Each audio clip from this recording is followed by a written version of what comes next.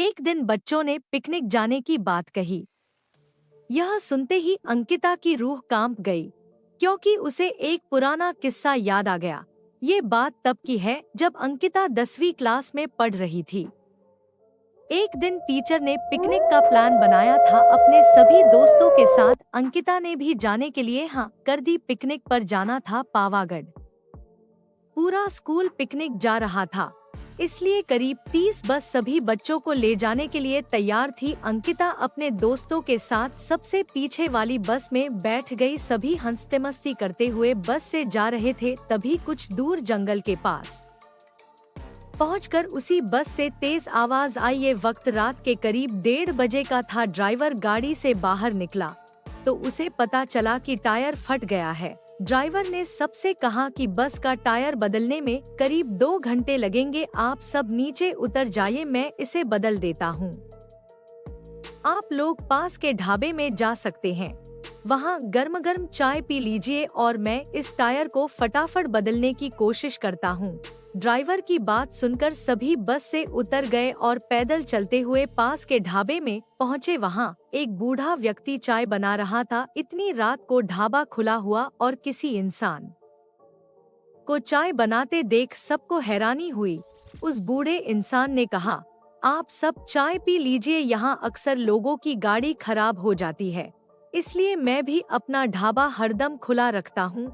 आप जैसे राहगीरों को कुछ मदद हो जाती है।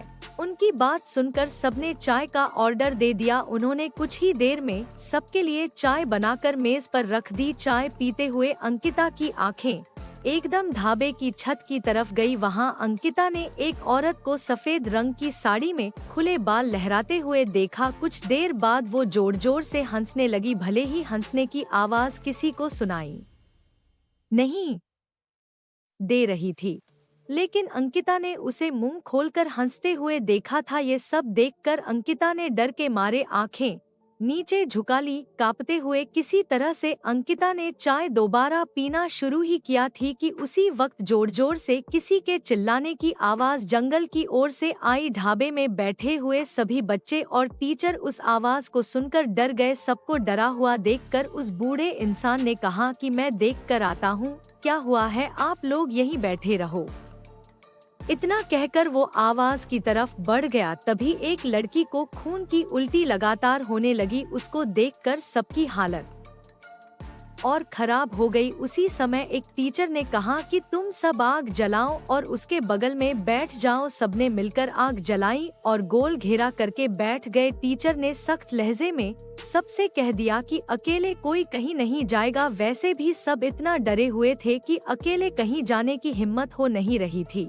आग के पास बैठे बैठे 3 बज गए। तब कहीं जाकर वो बूढ़ा इंसान जंगल से लौटकर आया। उसने सबकी तरफ देखा और कहा कि उस चीख को सब भूल जाना, नहीं तो जीना मुश्किल हो जाएगा। इतना कहकर वो ढाबे के अंदर चला गया।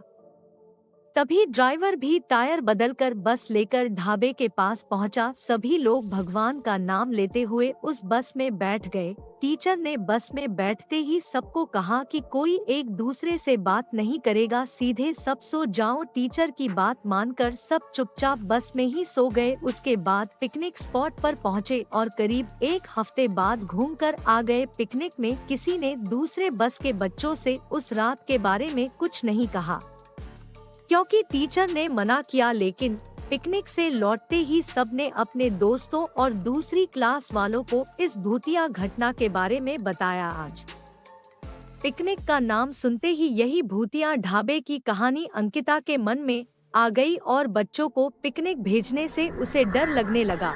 कहानी से सीख, बीती घटनाओं को भूल जाना ही अच्छा है, नहीं तो जीवन भर वो घटना डराती रहती है। यदि स्टोरी आपको अच्छी लगी तो प्लीज चैनल को सब्सक्राइब कर दें और बेल आइकन को प्रेस कर दें ताकि आगे आने वाली वीडियो का नोटिफिकेशन सबसे पहले आपको मिल सके। धन्यवाद।